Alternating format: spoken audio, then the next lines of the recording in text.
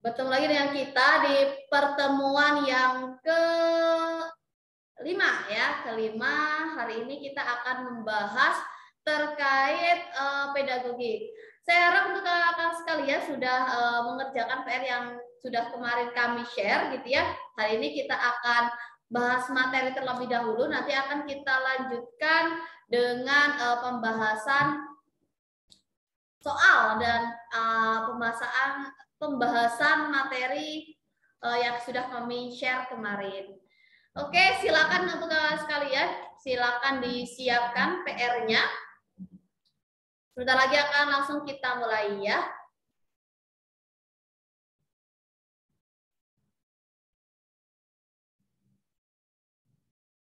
Oke, bismillahirrahmanirrahim.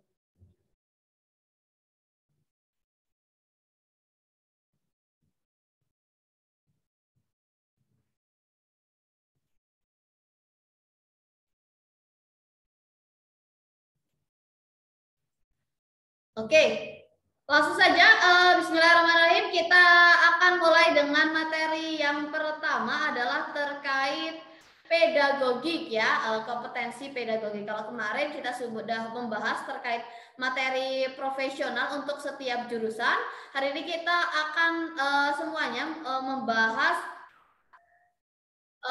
terkait pedagogi secara keseluruhan. Nah, ini ada Kak Widianingsih belum mengajarkan pulang dari takziah. Oke, tidak apa-apa Kak, nanti akan kita bahas bersama. Tapi alangkah lebih baiknya nanti Kakak juga tetap mengerjakan, baru nanti dicocokkan. Gitu ya Kak ya? Oke, kita akan mulai dari yang pertama adalah terkait kompetensi pedagogik, materi pengayaan yang pertama. Untuk yang pertama yaitu terkait menentukan tujuan pembelajaran. Untuk yang pertama, kita harus tahu nih, dari tujuan pembelajaran itu terdiri dari 4 komponen. Yang pertama adalah ada audiens, gitu ya. Yang pertama audiens. Audiens adalah orang yang belajar atau orang yang berperilaku, perilakunya akan diubah. Dalam ini audiensnya kalau dalam pembelajaran adalah siswa atau peserta didik. Yang kedua adalah behavior. Di sini adalah hasil belajar. Biasanya dinyatakan dengan bentuk kata operasional, contohnya adalah terukur gitu ya. Nah, atau dapat dilihat gitu ya. Di sini kita akan lihat mana sih yang disebut audiens, mana yang behavior, dan yang ketiga ada condition atau kondisi. Dalam segala sesuatu seperti alat atau bahan yang disediakan oleh saat penilaian gitu ya, agar siswa dapat menunjukkan perilaku atau hasil belajarnya. Dan yang terakhir ada degree. Degree di sini adalah kriteria keberhasilan. Oke, kita lihat bersama contohnya di sini. Siswa dapat mengidentifikasi minimal 2 gambar serangga jika disediakan sejumlah gambar hewan-hewan arthropoda. Nah, di sini siswanya adalah ada audiens. Lalu mengidentifikasi, ini adalah behaviornya. Lalu adalah minimal 2. Nah, ini adalah degree-nya. Dan di sini jika disediakan sejumlah gambar hewan-hewan arthropoda. Nah, ini adalah condition. Untuk cara menghafalnya ingat saja ada A, B, C, D. Audience, behavior, condition, dan degree. Dan untuk ini tidak harus urut, harus audience dulu gitu atau behavior dulu, tidak. Jadi bebas ya, asalkan keempat komponen ini harus terpenuhi. Kita lanjutkan ke soal nomor 2. Contoh soal nomor 2, disediakan kabel baterai dan bola lampu, gitu ya. Oh, berarti ini adalah conditionnya, alat-alatnya, gitu ya. Lalu siswa dapat membuat rangkaian listrik, gitu ya. Membuat, kata membuat ini adalah behavior. Lalu siswanya ini adalah audiensnya. Lalu degree-nya apa? Sampai lampu menyala, yaitu atau kriteria keberhasilannya itu ya, degree. Kita lanjutkan ke materi selanjutnya, yaitu yang harus kita kuasai adalah terkait pendekatan saintifik. Pendekatan yang kemarin ini adalah pendekatan yang sepertinya sangat digalakkan gitu ya. Kenapa? Pendekatan saintifik adalah pendekatan pembelajaran sains gitu ya yang paling baik. Nah, karena di situ sains diajarkan bagaimana sains itu ditemukan. Nah, di sini ada langkah-langkahnya. Yang pertama adalah keterampilan proses sains seperti pengamatan. Yang kedua ada klasifikasi, lalu ada inferensi atau tindakan gitu ya. Atau proses dalam mendapatkan kesimpulan berdasarkan apa yang sudah diketahui atau diasumsikan. Lalu ada merumuskan masalah, mengidentifikasi variabel, melaksanakan eksperimen dan menarik kesimpulan atau seterusnya. Kita lanjutkan terkait yang ketiga adalah terkait pendekatan kooperatif model ya. Nah, dalam kooperatif kita harus tahu ciri-ciri yang pertama adalah anggotanya bersifat heterogen. Banyak gitu ya. Dalam karakteristiknya, berarti macam karakteristiknya itu berbeda-beda. Lalu yang kedua adalah berbagi tanggung jawab.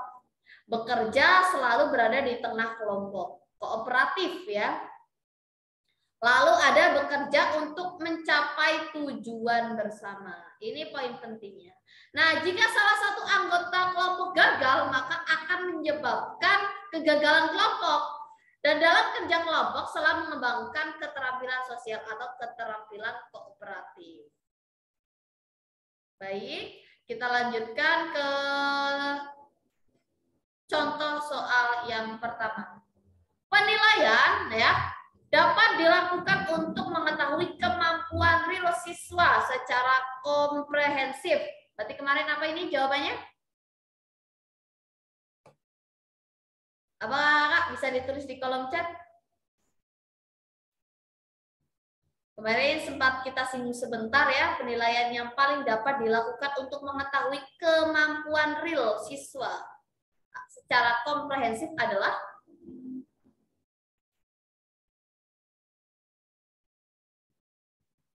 benar sekali ya, jawabannya adalah otentik gitu ya. Karena penilaian yang paling tepat untuk mengetahui kemampuan real siswa secara komprehensif adalah otentik. Jadi yang paling tepat adalah yang C. Lanjut ke soal selanjutnya. Salah satu prinsip penyusunan RPP adalah, oke Kak, bisa menulis dulu di kolom chat. Salah satu prinsip dari penyusunan RPP adalah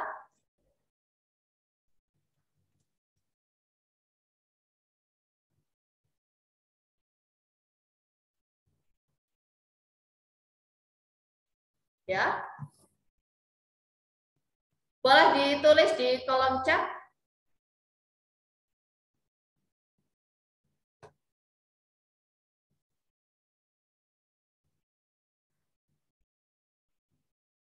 Ya. Apa jawabannya? Salah satu prinsip dalam penyusunan RPP adalah apakah A, memperhatikan kemampuan awal peserta didik, atau KB, mendorong partisipasi aktif peserta didik, atau mengembangkan budaya tanggap teknologi, atau memberikan umpan balik dan kerjasama, dan atau yang E, keterpaduan dan kesinambungan. Ya, tepat sekali ya. Jawabannya adalah B, gitu ya. RPP atau rencana pelaksanaan pembelajaran ini dirancang untuk pembelajaran peserta didik selama jam tatap muka berlangsung. Nah, pembelajaran yang dikehendaki yakni student center learning. Maka RPP harus dirancang dapat membuat siswa terlibat aktif dalam pembelajaran. Lanjut ke soal selanjutnya. Oke. Perencanaan pembelajaran yang menekankan pada proses keterlibatan peserta didik secara penuh untuk dapat menemukan materi yang dapat dipelajari dan dihubungkan dengan situasi kehidupan sehari-hari sehingga mendorong peserta didik dapat menerapkan dalam kehidupan mereka. Nah, pilihan strategi pembelajaran yang tepat adalah Ada kata-kata kehidupan sehari-hari. Berarti jawaban yang paling tepat adalah kontekstual. Kita ulangi lagi. Di sini kita harus tahu apa itu. Di sini kan ada kata-kata discovery gitu ya, ada inquiry, kooperatif, problem solving atau kontekstual. Kita bahas bersama. Discovery learning adalah ambil kata kuncinya saja. Siswa secara aktif untuk mencari dan menyelidiki. Ini adalah discovery learning. Sedangkan kontekstual itu kita ada cirinya, yaitu apa? Konsep belajar mengaitkan antara materi yang diajarkan gitu ya dengan situasi dunia nyata siswa dan mendorong siswa untuk apa? Membuat hubungan antara pengetahuan yang dimilikinya dengan penerapannya dalam kehidupan mereka sehari-hari. Itu adalah kontekstual. Lalu di sini ada kooperatif. Apa itu kooperatif? Tadi sudah kita kupas bersama. Kooperatif itu lebih kepada bekerja sama dalam kelompok-kelompok kecil. Lalu yang terakhir ada problem solving, yaitu di sini adalah kerangka konseptual gitu ya tentang proses pembelajaran yang menggunakan masalah-masalah real gitu ya dalam kehidupan nyata, otentik, bersifat tak tentu, terbuka dan mendua untuk merangsang, menantang siswa berpikir kritis untuk memecahkannya. Oke. Lalu ada PJBL, ada Project Based Learning gitu ya, merupakan strategi pembelajaran yang dikembangkan berdasarkan penerapan proyek. Nah, ini yang juga sedang digalakan ya. Jadi meminta siswa untuk bekerja gitu ya secara langsung. Di mana siswa dapat menyelidiki masalah dalam dunia nyata. Lalu ada inquiry. Apa itu inquiry? Inquiry adalah proses untuk memperoleh dan mendapatkan informasi dengan melakukan apa ini? Observasi atau eksperimen. Gunanya untuk memecahkan masalah. Jadi tidak perlu dihafalkan secara utuh, tapi ambil kata-kata kuncinya untuk mengerjakan. Nah, di sini ada saat merancang pembelajaran gitu ya, menyederhanakan, jelas sekali ini adalah bagan ya jawabannya.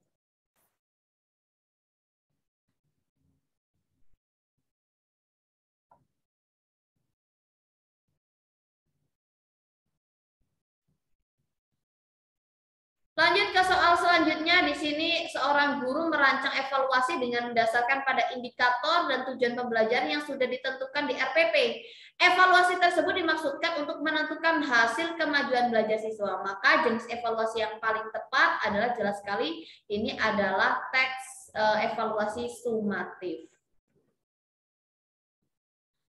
Nah, di sini ada jenis-jenis evaluasi berdasarkan objek dan subjek evaluasi. Yang pertama ada evaluasi input. Nah, di sini adalah terhadap siswa mencakup kemampuan, kepribadian, dan sikap dan keyakinan. Lalu kalau transformasi, di sini ada terkait unsur-unsur transformasi proses pembelajaran. Antara lain ada apa saja? Ada materi, media, dan metode. Lalu kalau output itu evaluasi terhadap lulusan yang mengacu pada ketercapaian hasil pembelajaran. Sedangkan berdasarkan subjek itu dibagi menjadi dua. Yang pertama ada internal, di mana evaluasi ini dilakukan oleh orang sekolah gitu ya, dalam sekolah sebagai evaluator, contohnya guru. Sedangkan eksternal, jelas saja eksternal berarti orang dari luar. Berarti yang dijadikan evaluator contohnya adalah orang tua atau masyarakat.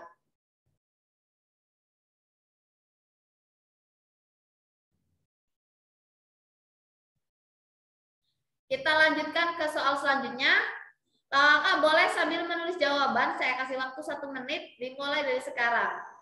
Pelayanan yang membantu warga belajar mengembangkan kemampuan belajar dalam rangka mengikuti pendidikan sekolah dan belajar secara mandiri.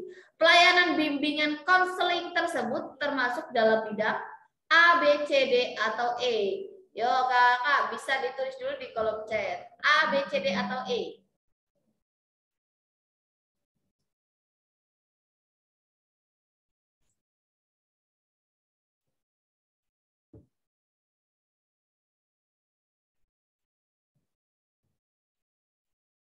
Baik, Kak Yulia sudah menjawab, tepat sekali ya.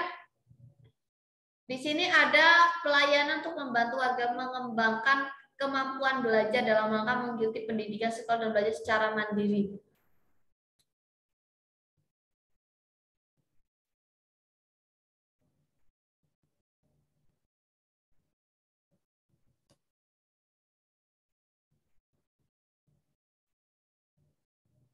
Oh ya, tepat-tepat. Yang lebih tepat yang B ya, karena di sini adalah mengikuti pendidikan sekolah dan secara mandiri.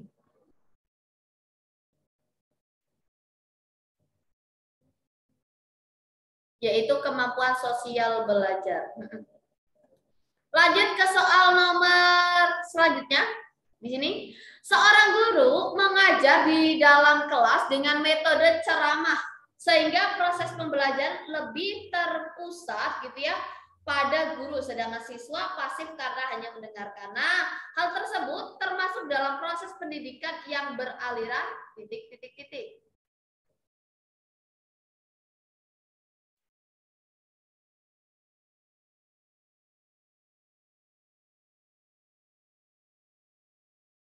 Apa? Di sini ingat, di sini guru. Jadi pusatnya adalah guru, gitu ya. Oke. Yang paling tepat adalah yang A ya, behavioristik. Seorang guru mengajar dalam kelas dengan metode ceramah sehingga proses pembelajaran lebih terpusat pada guru gitu ya. Ini termasuk dalam aliran behavioristik, pembiasaan. Yang lebih tepat yang A. Lanjut ke soal selanjutnya. Pembelajaran yang melibatkan penggunaan alat teknologi digital secara inovatif selama proses pembelajaran, selama proses belajar mengajar sering juga disebut sebagai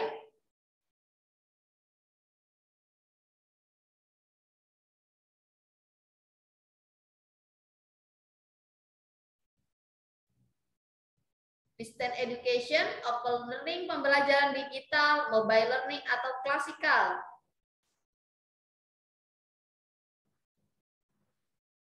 Hati-hati. Ya, yang paling tepat adalah yang C ya, pembelajaran digital. Oke, kita bahas bersama. Apa bedanya ya? Tadi ada yang jawab A, ada yang jawab C gitu ya. Kalau pembelajaran digital adalah pembelajaran yang melibatkan penggunaan alat teknologi digital secara inovatif selama proses belajar mengajar. Sedangkan kalau misalkan distance education gitu ya, atau pembelajaran jarak jauh itu adalah pendidikan formal berbasis lembaga yang peserta didik dan instrukturnya berada di lokasi terpisah gitu ya, kata kuncinya di situ. Sehingga memerlukan sistem telekomunikasi interaktif untuk menghubungkan keduanya dalam berbagai sumber daya yang diperlukan di dalamnya. Lalu ada open learning. Nah, ini kalau the British Churchill memberikan batasan pengertian pendidikan terbuka ya sebagai konsep kegiatan belajar yang lingkupnya lebih luas daripada pendidik jarak jauh yang berpusat pada peserta didik. Lalu ada mobile learning atau m-learning ya, merupakan sebuah model pembelajaran yang mengadopsi perkembangan teknologi seluler dan perangkat handphone gitu ya yang dimanfaatkan sebagai sebuah media pembelajaran. Lanjut. Pendidikan yang mampu mengecek keterampilan, kemampuan peserta didik dalam proses pembelajaran ini adalah prinsip penilaian otentik sebagai, semoga tidak asing dengan kata-kata ini ya, ada keeping track, checking up, finding out, summing up, dan feeding in. Mengecek keterampilan, kemampuan peserta didik dalam proses pembelajaran. Baik, tepat sekali jawabannya adalah yang A ya, yang keeping track. Di sini ada kata mengecek keterampilan.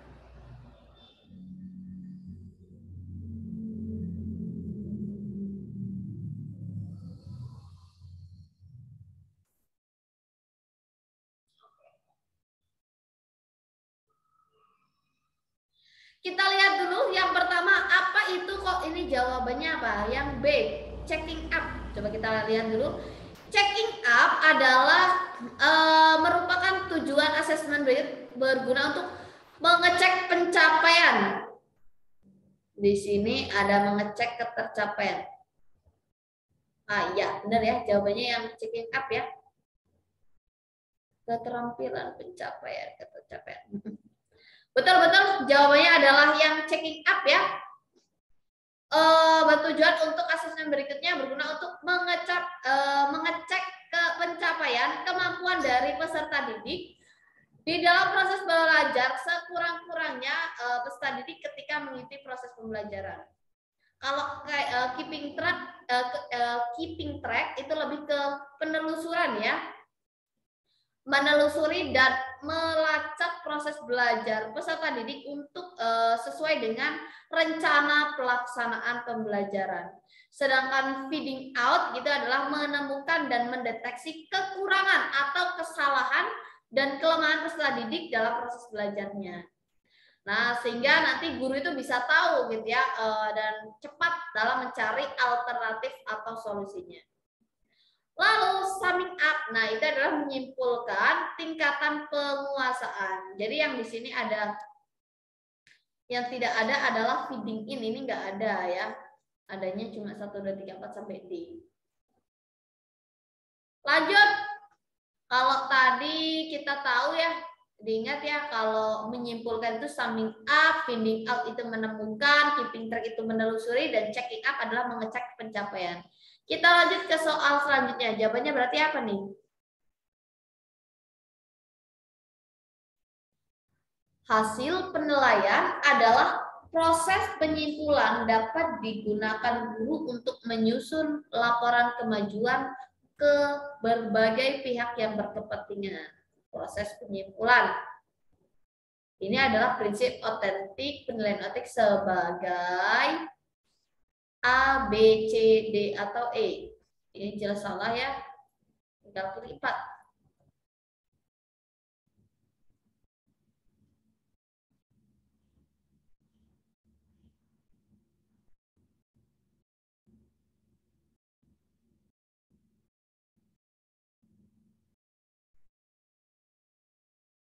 Ya, tepat sekali ya.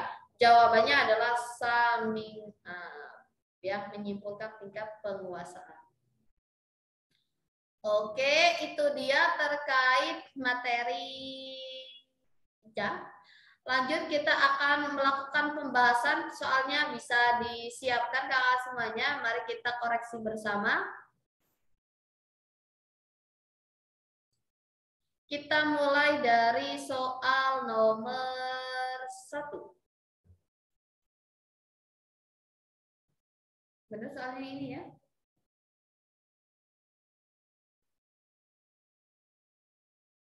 Oke. Kita mulai dari soal nomor 1. Dalam mengawali pembelajaran,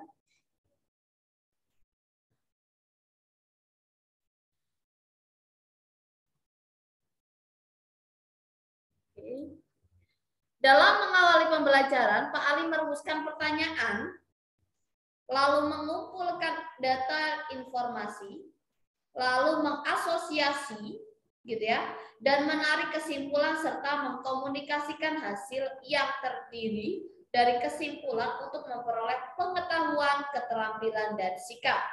Nah, pertanyaannya adalah langkah yang dilakukan Pak Ali itu merupakan bagian dari model pembelajaran A, B, C, D, atau E.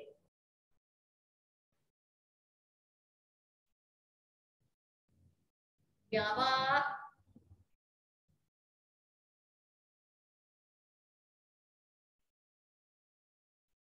Iya.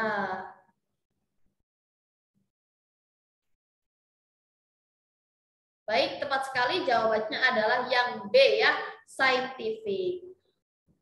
Kita ingat saja pendekatan saintifik ini memiliki 5 langkah, ada mengamati, menanya, mengumpulkan informasi, menalar, dan mengkomunikasikan. Baik, ya Kak Ida, ada apa? Raise hand. Kak Ida ya, benar. Halo Kak Ida, ada yang mau ditanyakan terlebih dahulu?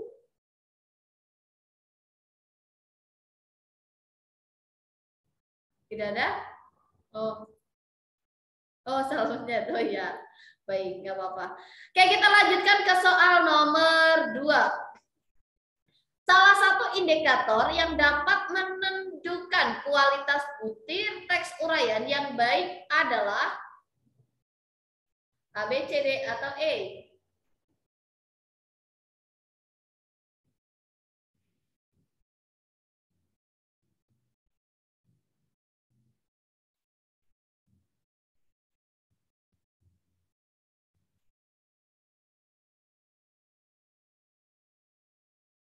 Nah,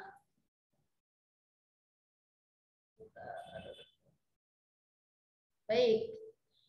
Ya, yang paling tepat adalah yang B ya. Menuntut yang A ya. Salah satu indikator yang tepat menunjukkan kualitas butir tes uraian yang baik adalah gitu ya, menuntut jawaban berupa ungkapan pendapat siswa gitu ya. Yang lebih tepat yang A. Lanjut ke soal nomor 3. Berikut ini merupakan faktor-faktor yang perlu diperhatikan dalam mengembangkan kisi-kisi tes uraian, kecuali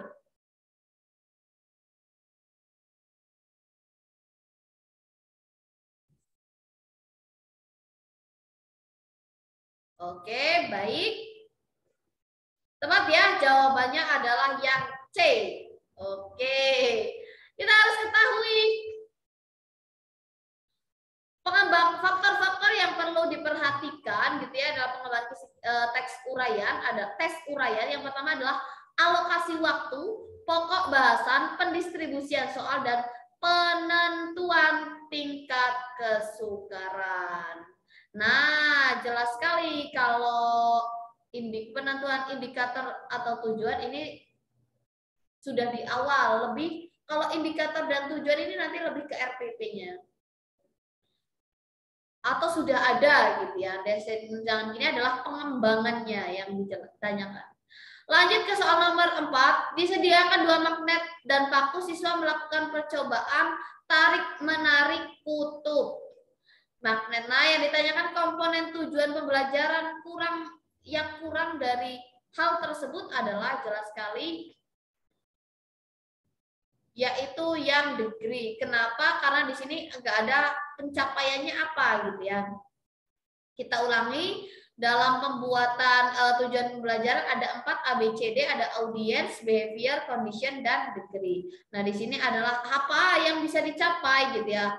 Jadi hanya disediakan 2 magnet paku. Jelas ini sudah ada alatnya, siswanya sudah ada, percobaannya ada, menarik kutub medan magnet. Nah, pencapaiannya atau hasilnya itu apa? Nah, itu belum ada. Nah, makanya yang di sini komponen tujuan belajar yang kurang adalah degree. Nomor 5 boleh ditulis, media yang cocok untuk menggambarkan tentang banjir adalah A. Video, gambar banjir, potongan artikel, berita di media cetak, peta persebaran potensi banjir, atau berita perkiraan cuaca di televisi. Baik, tepat sekali jawabannya adalah yang C, potongan artikel berita di media cetak. Ini sering sekali ya berita banjir itu contohnya di koran gitu ya. Lanjut nomor 6. Jawabannya apa?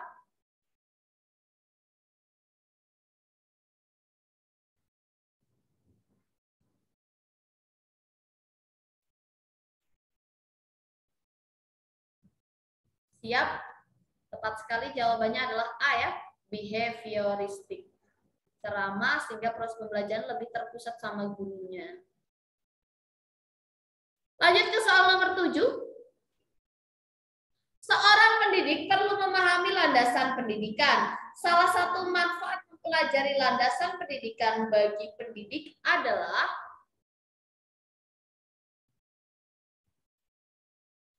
ya. Tepat sekali jawabannya adalah yang D ya. Meningkatkan perkembangan pola pikir pikir gitu ya. Pola pikir dan pola kerja pendidik tentang bagaimana seharusnya melaksanakan praktek kependidikan. Ini adalah manfaat mempelajari landasan pendidikan bagi pendidik. Lanjut ke soal nomor 8.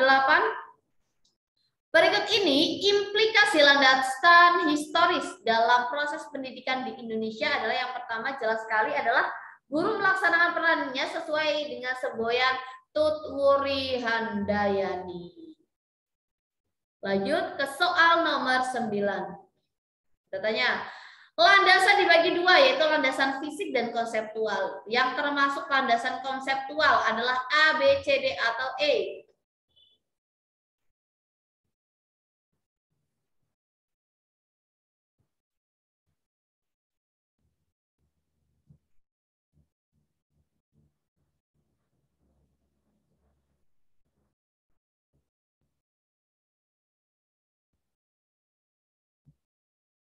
Oke, tepat sekali ya. Jawabannya adalah B, Pancasila dan Undang-Undang Dasar 1945. Lanjut, pendidikan harus dilakukan sesuai dengan tahap-tahap dan tugas perkembangan peserta didik. Oleh karenanya, pendidikan dilaksanakan dengan mengacu pada landasan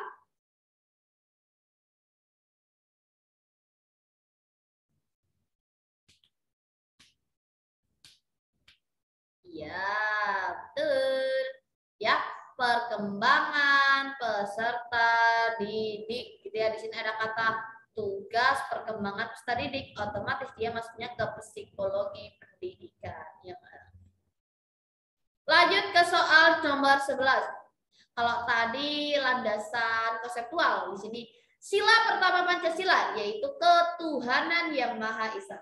Oleh sebabnya pendidikan hendaknya bertujuan agar peserta didik beriman dan bertakwa kepada Tuhan Yang Maha Esa. Hal ini merupakan contoh landasan yuridiskah, psikologiskah, religius atau sosiologis. Betul? Jawabannya tepat sekali yang C ya, religi. Oke, kita bahas kalian ya untuk 4 jenis landasan pendidikan. Yang pertama adalah landasan religius pendidikan, mencakup asumsi dan teori yang bersumber dari religi atau agama gitu ya kalau gampangnya ya, menjadi tolak ukur dalam rangka praktik pendidikan. Lalu ada landasan ilmiah. Di sini adalah yang kedua adalah landasan filosofis pendidikan. Nah, di sini mencakup asumsi atau teori yang bersumber dari filsafat gitu ya. Tolak ukurnya adalah rangka praktik pendidikan. Lalu kalau ilmiah pendidikan, di sini adalah asumsi dan teori bersumber dengan cabang atau disiplin ilmu lainnya yang berhubungan dengan praktik pendidikannya. Contohnya adalah tadi psikologi pendidikan, lalu sosiologis pendidikan, lalu ada antropologis pendidikan, ada histori pendidikan, dan sebagainya. Lalu landasan ilmiah pendidikan dikenal pula sebagai landasan empiris, teori, dan faktual pendidikan. Lalu ada landasan yuridis dan atau hukum pendidikan. Di sini ada asumsi, teori, dalil gitu ya, dan hukum yang bersumber dari peraturan perundang-undangan yang berlaku menjadi titik tolak dalam rangka praktik pendidikan. Lanjut ke soal nomor 12. Salah satu tripusat pendidikan bagi anak adalah keluarga. Orang tua yang dalam kesehariannya rajin melaksanakan ibadah sesuai dengan waktu yang ditentukan, pada hakikatnya menanamkan pada anak tentang apa? Kedisiplinan dan tanggung jawab. Betul sekali, D. Nomor 13. Coba Kak, jawabannya apa Kak kalau 13? Perkembangan kognitif peserta didik sekolah dasar berada pada taraf operasional konkret. Nah, sehingga mereka merasa kurang memahami materi pembelajaran disampaikan gurunya secara verbal saja. Proses pembelajaran tersebut akan efektif. Nah, ini ada operasional konkret, biar efektif disertai dengan apa ya, gitu ya. Jawabannya adalah betul sekali, dengan benda nyata. Gampang ya, di sini intinya adalah ada operational konkret. Maka yang paling tepat adalah benda nyata. Lanjut ke soal nomor 14. Guru A ketika melakukan proses pembelajaran selalu menggunakan media, kadang memutar video, kadang audio, kadang juga menggunakan poster berwarna. Agar peserta didik memperhatikan dan tertarik dengan apa? Nah, poin pentingnya di sini. Apa yang dibahas gitu ya. Nah, serta senang mengikuti pembelajaran sehingga hasilnya sangat baik. Nah, yang paling tepat adalah karena di sini ada kata kuncinya memperhatikan dan tertarik, maka jawaban yang paling tepat adalah minat peserta didik. Gitu ya. Kata kuncinya di situ. Lanjut ke soal nomor 15. Perkembangan moral peserta didik atau anak menurut Kohlberg gitu ya terdiri dari beberapa tahapan. Salah satunya adalah naively egoistic orientation, yaitu tahap di mana anak menilai baik gurunya berdasarkan apa? Jelas sekali, ini adalah kontak imbal jasa. Lanjut ke soal nomor 16. Peserta didik dalam satu kelas gaya belajarnya beragam. Nah, ini baru gaya belajar. Ada visual, auditori, dan kinestetik. Kalau kegiatan pembelajaran selama ini masih banyak yang konvensional gitu ya, atau klasikal. Agar dapat memenuhi ketiga gaya belajar tersebut, maka guru perlu ngapain nih? Jelas sekali ya, yaitu yang menggunakan audio, video, dan percobaan diurutkan. Di sini kan visual bisa dengan audio. Video bisa dengan visual, auditori bisa dengan audio. Lalu di sini ada kinestetik. Kinestetik bisa menggunakan percobaan. Lanjut ke soal nomor 17. Boleh ditulis dulu di kolom chat. Pada suatu proses pembelajaran di taman kanak-kanak, peserta didik akan dikembangkan aspek motorik kasarnya, motorik kasar. Maka gitu ya, dapat menugaskan peserta didiknya gitu ya untuk melakukan kegiatan. Tepat sekali, jawabannya adalah menendang bola. Lanjut ke soal nomor 18, ditulis dulu di kolom chat, boleh? Jawabannya apa ya, Kak?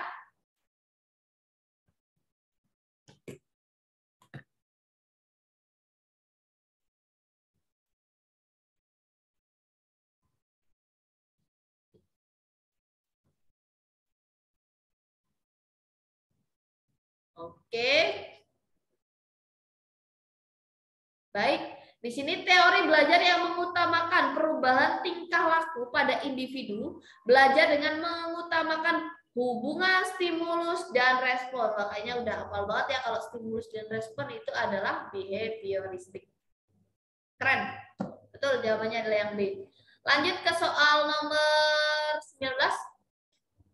Apabila dalam proses belajar, peserta didik melakukan sesuatu sampai dengan mendapatkan respon yang tepat sesuai dengan apa yang diinginkannya, serta menghilangkannya apabila dirasa tidak sesuai. Hal ini merupakan prinsip belajar dari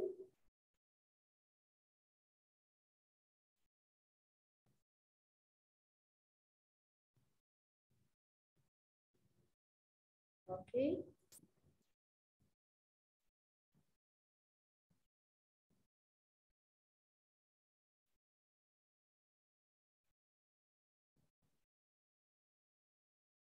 Baik, betul sekali ya. Jawabannya adalah betul, trial and error ya, sampai dia nemu yang benar gitu ya. Betul. Nah, apabila dalam proses belajar di sini sampai menemukannya, ini trial and error atau metode coba-coba yang merujuk kepada upaya atau mencapai sebuah tujuan melalui berbagai macam cara. Betul. Lanjut ke soal nomor 20. Contoh penerapan teori behavioristik yang dapat dilakukan oleh guru dalam praktik pembelajaran adalah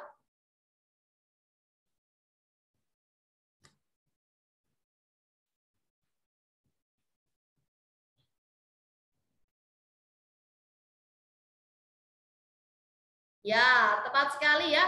Jawabannya adalah yang C ya. Memberikan stimulus kepada peserta didik berupa penataan lingkungan belajar. Nomor 21. Seluruh komponen pendidikan memiliki tujuan yang sama, yaitu membentuk manusia yang ideal. Gampang sekali. Betul sekali. Jawabannya adalah humanistik. Kata kuncinya jelas sekali ya, membentuk manusia yang ideal. Lanjut ke soal nomor 22. Aliran yang lebih menekankan pada keaktifan siswa selama belajar, seperti aktif berpikir, menyusun konsep-konsep, memberi makna tentang hal-hal yang dipelajari, dan yang paling penting terwujud belajar adalah niat peserta didik itu sendiri. Pernyataan tersebut adalah termasuk dalam aliran teori. Terus sekali ya, jawabannya adalah C ya. Di sini kan ada dimulai dari aktif berpikir, gitu ya, menyusun konsep-konsep. Nah ini kan kuncinya di sini. Ini artinya konstruktivistik. Betul yang C. Good.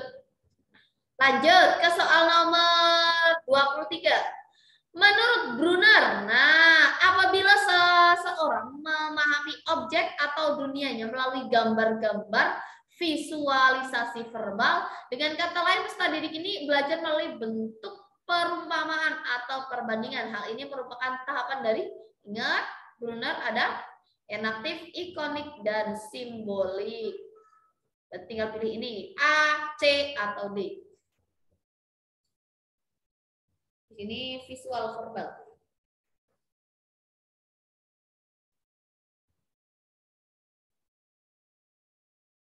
Betul? Jawabannya adalah yang C ya, ikonik. Menurut Brunner, apabila seorang gitu ya memahami objek atau dunianya melalui gambar-gambar, visualisasi verbal, dengan kata lain peserta didik belajar melalui perumpamaan dan perbandingan, ini adalah ikonik. Nomor 24. Di bawah ini tipe belajar menurut Habermas. Ada berapa?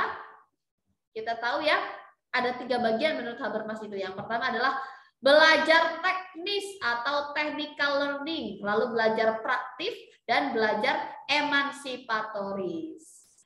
Nah, di sini jawaban yang kecuali adalah yang C. Aktif, teknis, praktis, dan emansipatoris. Nah, konsep itu masuknya nanti ke teknis.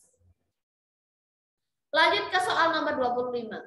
Di dalam proses pembelajaran, masa siswa dihadapkan situasi di mana ia harus mengumpulkan data, membuat hipotesis gitu ya, atau membuat dugaan gitu ya, lalu trial and error, lalu menemukan pola gitu ya.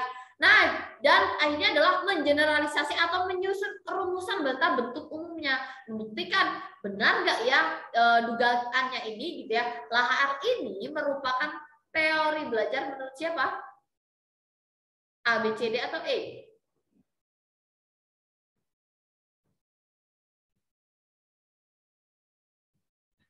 Ya, tepat sekali ya, jawabannya adalah yang D ya, konstruktivistik.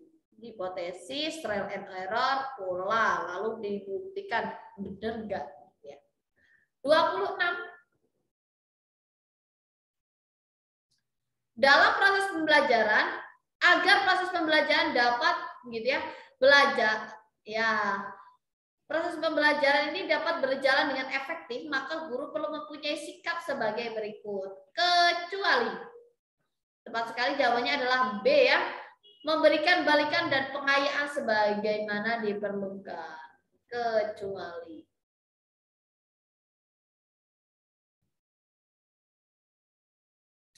Lanjut ke soal nomor 27. Kriteria atau acuan dan pedoman dasar dalam menentukan pencapaian minimal hasil belajar peserta didik dinamakan, jelas sekali ini adalah kriteria ketuntasan minimal atau KKM. Yuk lanjut ke soal nomor 28.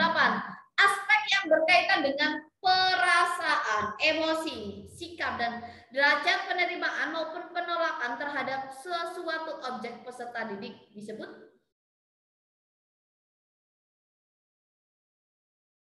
Baik.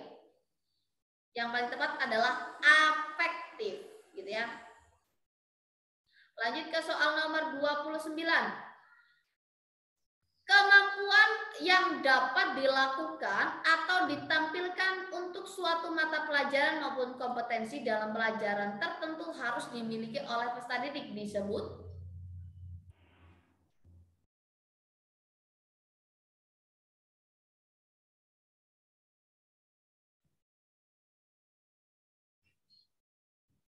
iya, tepat sekali ya. Yang paling tepat adalah standar kompetensi. Kita tahu kemampuan yang dapat dilakukan atau ditampilkan dalam suatu pelajaran maupun kompetensi dalam mata pelajaran tertentu harus dimiliki peserta didik disebut standar kompetensi. Nomor 30. Berikut ini adalah prinsip penyusunan RPP kecuali. Jelas sekali jawabannya adalah yang E ya, keterkaitan dan keterpaduan isi dan silabus.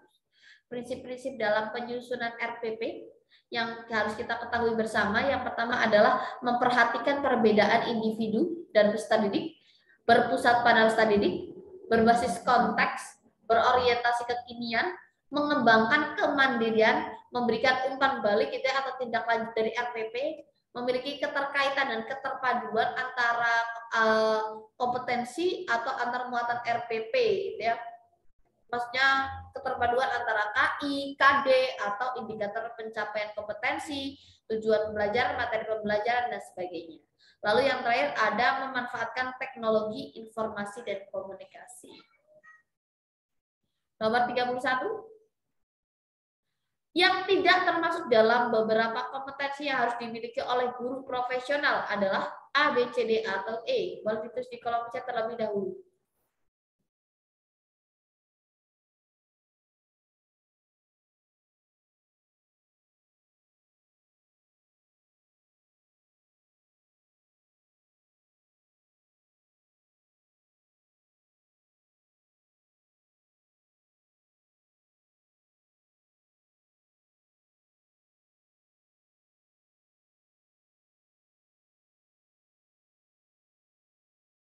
Baik, ada yang sudah menjawab, ini ada yang D, ada yang B.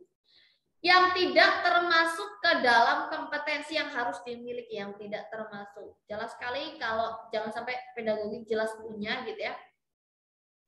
Gitu ya, yang bukan adalah keahlian. Kepribadian itu punya, profesional ada, dan sosial. Yang tidak adalah keahlian.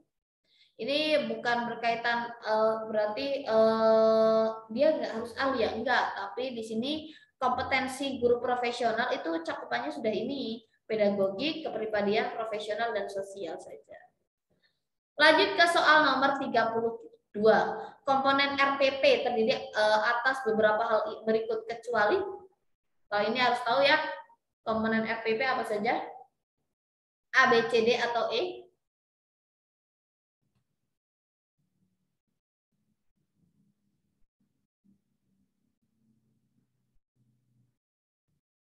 Ya, identitas jelas, kompetensi dasar jelas. Yang kecuali adalah betul sekali yang D ya. Kalau kegiatan pembelajaran harus ada. Jawabannya adalah D. Good, Kaidah, bagus. Lanjut ke nomor 33. Berikut ini beberapa inovasi pendidikan yang pernah dicetuskan oleh pemerintah kecuali. Betul ya, sekolah mandiri ya.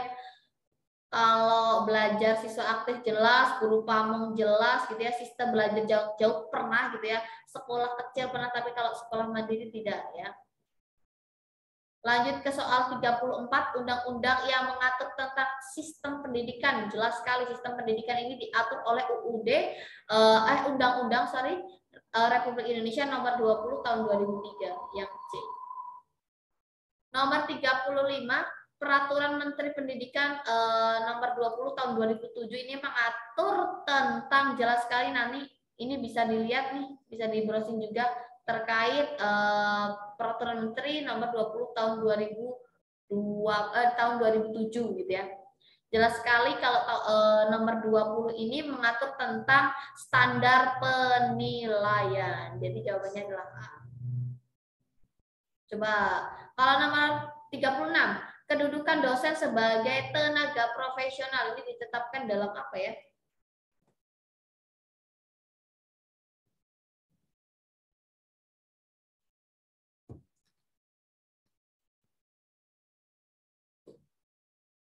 Betul sekali ya. Jawaban yang paling tepat adalah yang A ya. Bab 2 pasal 3 Undang-Undang Guru dan Dosen nomor 14 tahun 2005. Lanjut ke soal nomor 37. Prinsip profesionalitas yang harus dimiliki dosen maupun guru sesuai undang-undang guru dan dosen adalah sebagai berikut. Kecuali ya jelas sekali memiliki kualifikasi akademik dan latar belakang sesuai dengan bidang tugas, ini jelas, memiliki kompetensi yang perlu sesuai bidang tugas jelas, memiliki bakat, minat, tanggung jawab dan idealisme benar, memiliki komitmen untuk meningkatkan mutu pendidikan jelas. Berarti yang bukan adalah mengenal karakteristik setiap peserta didik di sekolah maupun setiap mahasiswa di perguruan tinggi. Penting, tapi kan kita akan menilainya secara umum gitu ya. Lanjut ke soal selanjutnya. Nomor 38. Yang termasuk kewajiban seorang guru dan dosen adalah jawabannya apa? A, B, C, D atau E?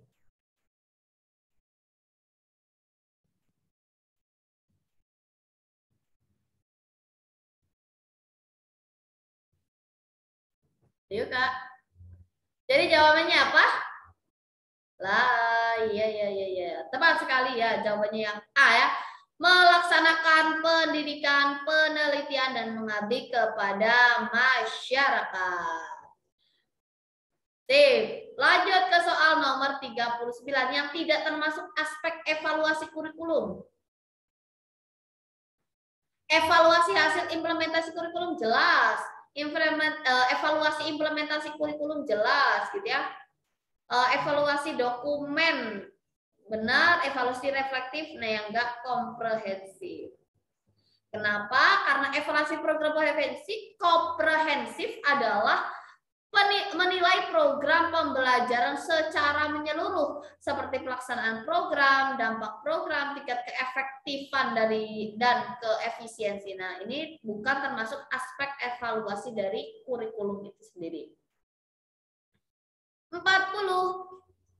Berikut ini yang merupakan permasalahan dalam pendidikan mendasar, katakannya di sini, kecuali jelas sekali jawabannya adalah diskriminasi status guru. Lanjut ke nomor 41. Agar peserta didik gitu ya bereaksi terhadap materi yang kita berikan, maka gambar yang akan digunakan sebagai media pembelajaran proses SR haruslah jelas sekali ini adalah semaksimal mungkin. Jadi jawabannya adalah yang D. 42.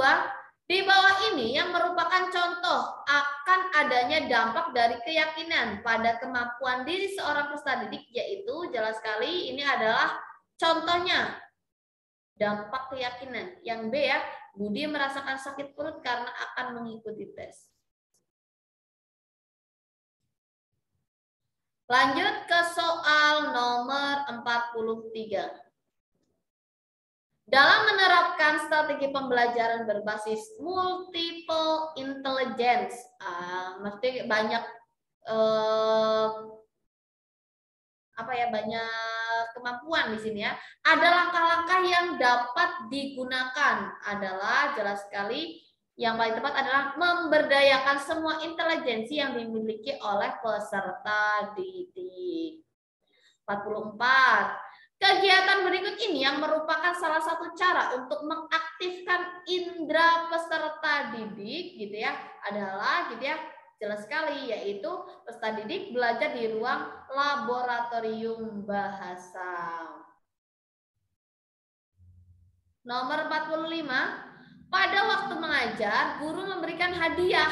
Nah, kata kunci sekali ini atau pujian kepada peserta didik yang berhasil menjawab atau menyelesaikan sebuah soal. Dalam perihal ini, guru menerapkan teori belajar menurut siapa? Apakah klasikal, connection atau behavior atau operant conditioning atau problem solving. Ya, betul sekali, jawabannya adalah yang B ya, connection gitu ya. Nah, di sini pada waktu mengajar gitu ya, ini hadiah gitu ya, berarti ini adalah connection. 46. Ada beberapa tahapan yang harus dilalui oleh seorang guru pada waktu mengembangkan strategi pembelajaran. Salah satunya adalah guru menetapkan atau merumuskan tujuan untuk mengukur keberhasilan dari proses pembelajaran tersebut. Apakah yang dilakukan oleh guru tersebut pada tahapan pengembangan? Yang jelas adalah pengembangan kurikulum. Secara kurikulum adalah perangkat mata pelajaran yang terdiri dari program studi yang diberikan oleh suatu lembaga penyelenggara pendidikan, di mana gitu ya terdapat rancangan pembelajaran yang dapat digunakan peserta didik dalam satu periode jenjang pendidikan. Lalu 47, alat ukur yang dapat digunakan untuk mengukur kemampuan afektif. Peserta didik jelas sekali adalah kemampuan afektif ini bisa dinilai dengan berupa angket, walaupun tidak secara mendetail. Secara umum sampai saat ini yang sering digunakan adalah angket gitu ya. Nah, di sini gitu ya, kemampuan afektif sendiri adalah penilaian kemampuan seseorang dilihat dari sikap nilai sosial yang diterapkan dalam kehidupan sekolah. Nah, ranah ini setidaknya mencakup hal-hal yang berkaitan dengan diri seseorang gitu ya. Dapat dilihat yaitu watak yang merupakan perasaan, emosi gitu ya, minat, sikap gitu ya yang ditunjukkan dalam kehidupan sehari-hari.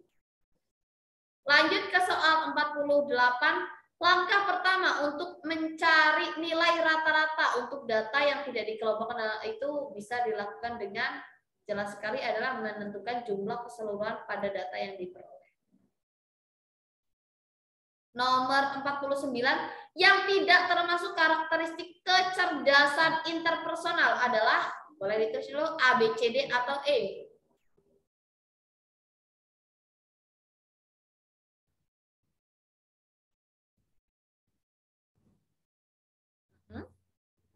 Ya, tepat sekali jawabannya adalah mudah berkonsentrasi. Kecerdasan interpersonal adalah kemampuan memahami, bekerja sama dengan orang lain gitu ya, kemampuan untuk mengamati dan mengerti maksud dan motivasi perasaan orang lain. Nah, orang yang memiliki kecerdasan ini peka pada ekspresi wajah gitu ya, suara dan gerak tubuh gitu ya, orang lain mau memberikan respon secara aktif dalam berkomunikasi. Ini yang ditanyakan adalah tidak ya.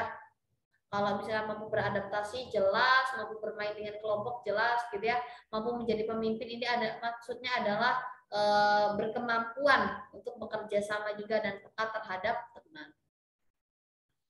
Nomor 50, suatu teori gitu ya belajar dikembangkan untuk membangun prinsip belajar secara ilmiah. Ini merupakan tujuan dari teori, jelas sekali ini adalah kognitif. Nah, dalam teori kognitif merupakan suatu teori yang dikembangkan membangun prinsip-prinsip belajar secara ilmiah gitu ya. Hal ini disebabkan karena dengan membangun prinsip-prinsip belajar secara ilmiah, maka akan dihasilkan suatu prosedur yang dapat diterapkan dalam kelas mendapatkan hasil produktif. Oke, itu saja nomor 1 sampai nomor 50 sudah kita bahas secara tuntas. Coba saya pengen tahu dong kakak, benar berapa nih, salah berapa yang sudah mengerjakan gitu ya. Coba kita cek, apabila ada yang mau ditanyakan terlebih dahulu juga boleh ditanyakan.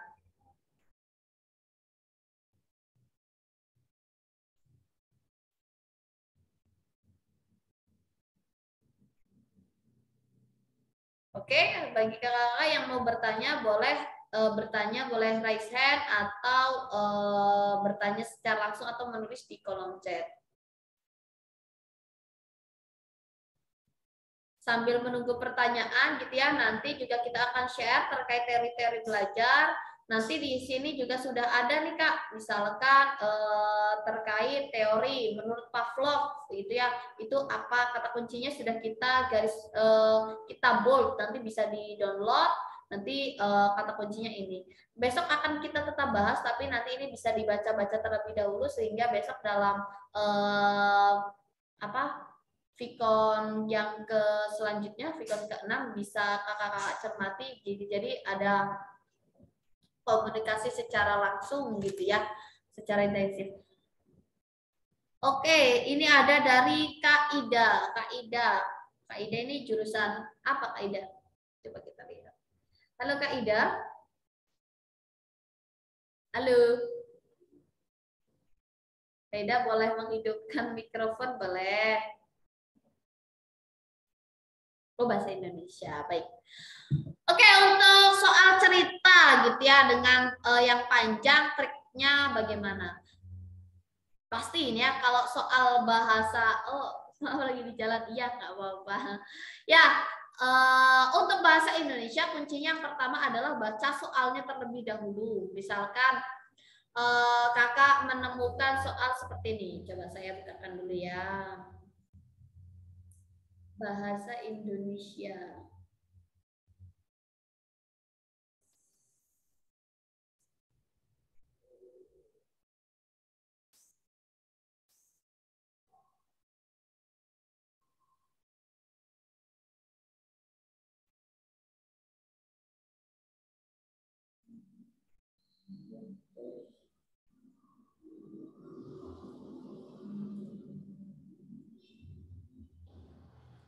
Oke.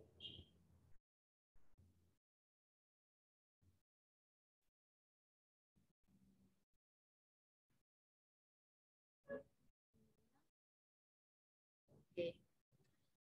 Saya share screen saja. Nah, misalkan ada soal seperti ini. Cermatilah paragraf berikut. Ini kan bacanya panjang.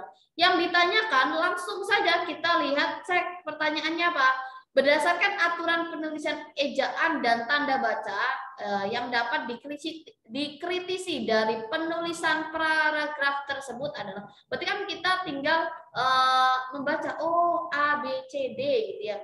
Yang perlu dikritisi apa ya?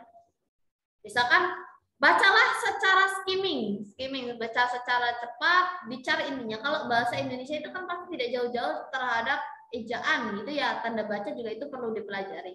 Kalau kita lihat di sini dalam rangka merayakan festival belanja, UC Browser, oke, di sini ada istilah ini ya. Berkali Lazada menghadirkan inovasi berbelanja untuk beragam shopping festival.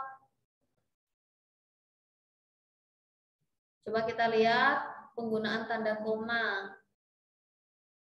Kolaborasi, ini ada tanda koma, jelas. In-app. Nah, ini kata kuncinya harus jelas sekali. Penggunaan tanda baca koma ini barang kalimat kedua. Kalimat kedua berarti ini jelas sekali, benar ya? Ini benar. Penggunaan tidak baku pada kalimat kedua dan keempat. Dilihat langsung kalimat kedua dan keempat. Penggunaan beberapa kata asing tidak dicetak miring. Nah, ini jelas sekali. Kalau kata asing biasanya dicetak miring gitu ya. Nah, ini UC Browser, Shopping Festival ini kan tidak dicetak miring. Oh, berarti yang jawaban yang paling tepat adalah yang C. Jadi yang kata kuncinya adalah pertama bisa membaca soalnya dulu.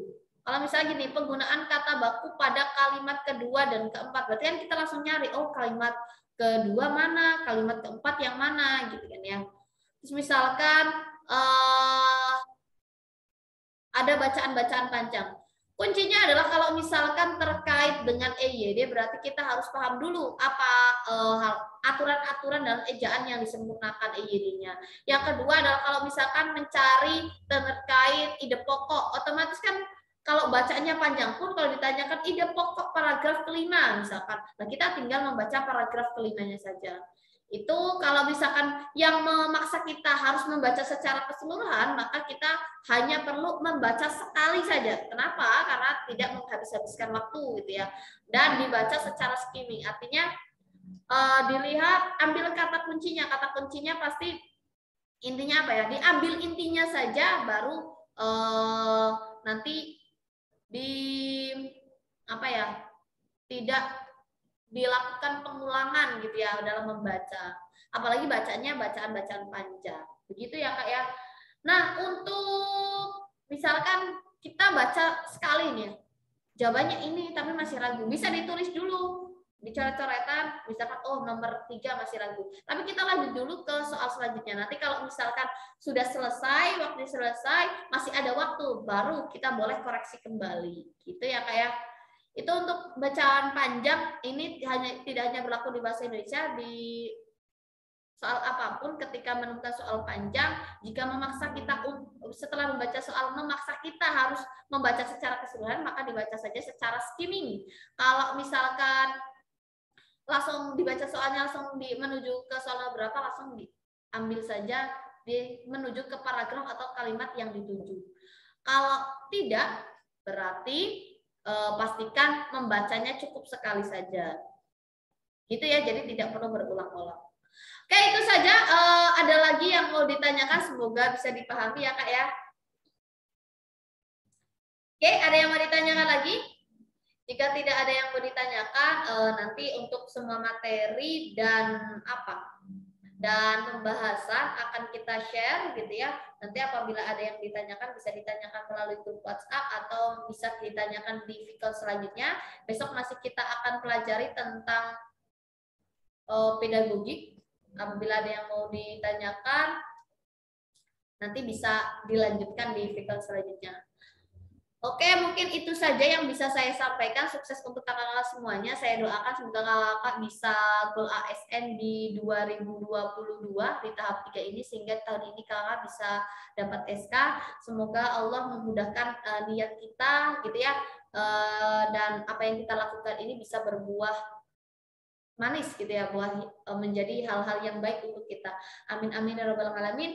Sukses untuk kakak semua. Sampai jumpa di pertemuan selanjutnya. Terima kasih dari saya. Wassalamualaikum warahmatullahi wabarakatuh. Sampai jumpa.